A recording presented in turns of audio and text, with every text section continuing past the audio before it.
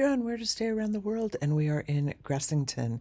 This is another one of our favorite cottages, and this one is special because of its location. Grassington is a very square-centric village, meaning that kind of everything is happening right around the square. And this house is indeed right on the square. In fact, the address is to the square, and you are not just looking at the best part of Grassington, you are a part of the best part of Grassington.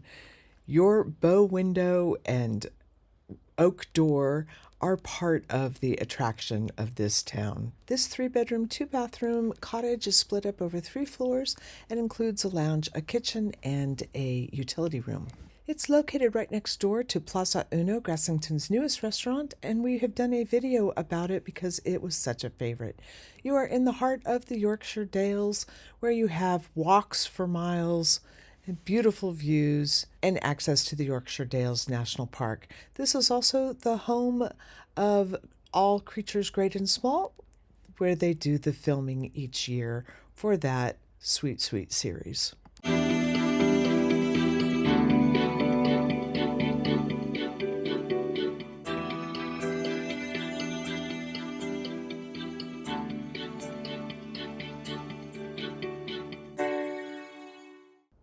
Although there is a front door, we're going to go ahead and enter through the back because that is how your host will leave the keys.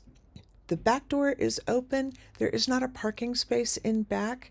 This is just a pedestrian walkway. You'll now enter in through the kitchen.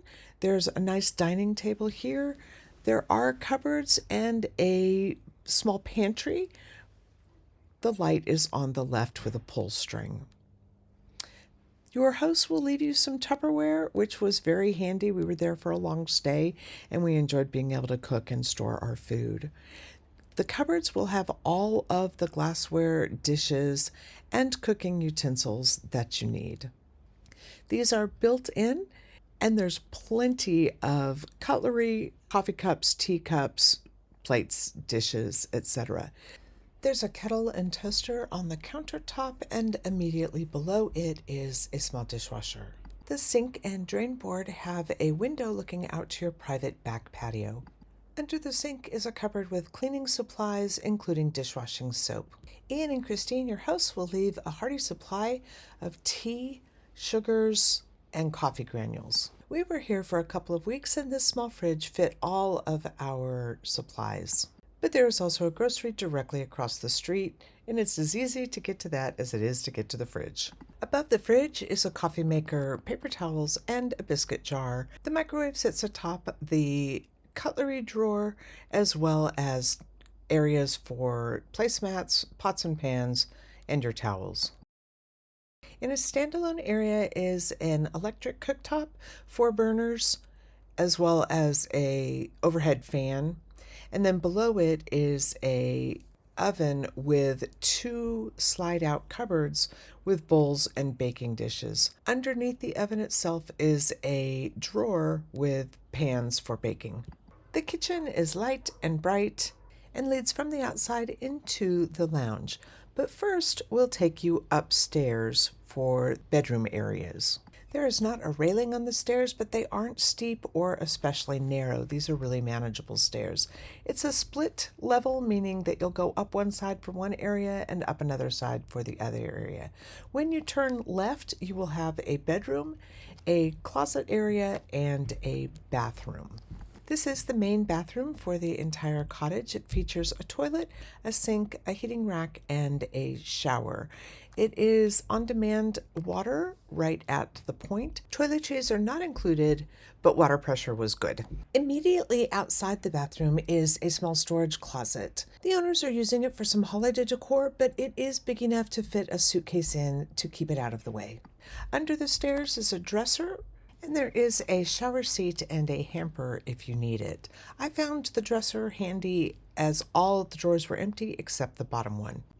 And this is the main bedroom. Main bedroom features a double bed, a wardrobe with hanging space and an empty drawer below, a window seat, which was a great place to sit and watch the village go by.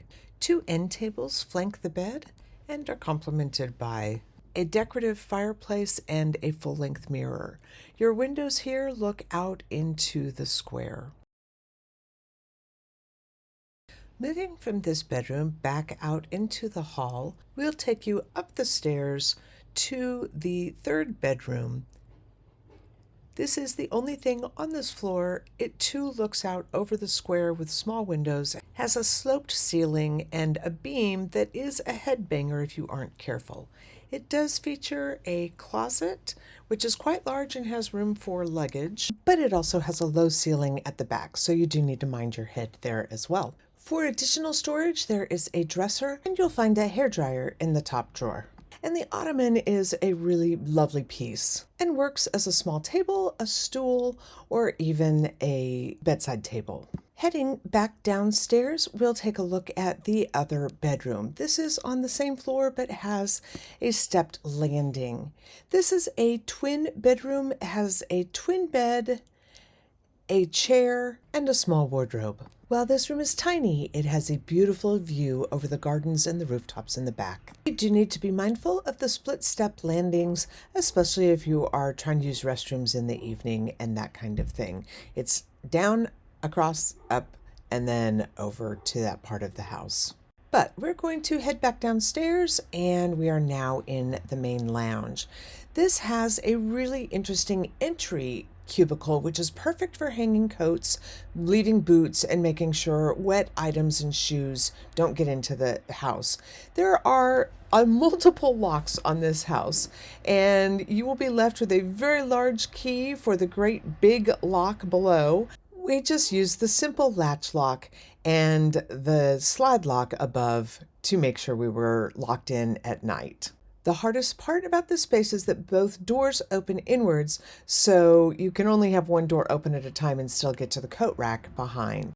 The lounge features 2 chairs, a sofa, a TV and console, nesting end tables, and an electric fireplace. This is a smart TV, but also offers cable to access other channels. The electric fireplace is simple to use, operates off a remote control, and can either have just the look of a fireplace or can also put out heat. The built-in cupboard at the back of the room offered DVDs, games, and other puzzles and fun things. From the lounge, you access the stairs and the kitchen, and there's one more area of the house that is really a pleasant surprise. We've shown you the patio, but there is a door just to the left of it. This is a real bonus for this house. Inside, there is a utility room, light switch right on the wall. There is both a washer and a dryer. The dryer is vented to keep the warm air in this room, so this makes a great drying room. And there's a small freezer atop the dryer. But here's the surprise. This door opens into a second bathroom. It's a 2-piece toilet and sink, but it's so useful if you have extra people in the house. It also means that if you're downstairs or out in the patio, you don't need to go all the way upstairs to use the loo. There is a recycle bin out on the garden patio, and there is a regular trash can as well. Those will be picked up on Wednesday, so you'll need to have all of your trash and recycling separated and out by then. Ian and Christine will leave a house keys, a manual, and parking passes on the kitchen table for you. There is literally a wedge of a parking space in front of the house, but you really have to be careful, and it's a tight fit because you have the plaza on one side with tables and you have a rock planter box on the other side. Alternatively, the National Park Center is just a 7-minute walk away. Ian and Christine will leave you a pass, and there is electric car charging there as well. This is a really good option as you will never need a car in the village itself.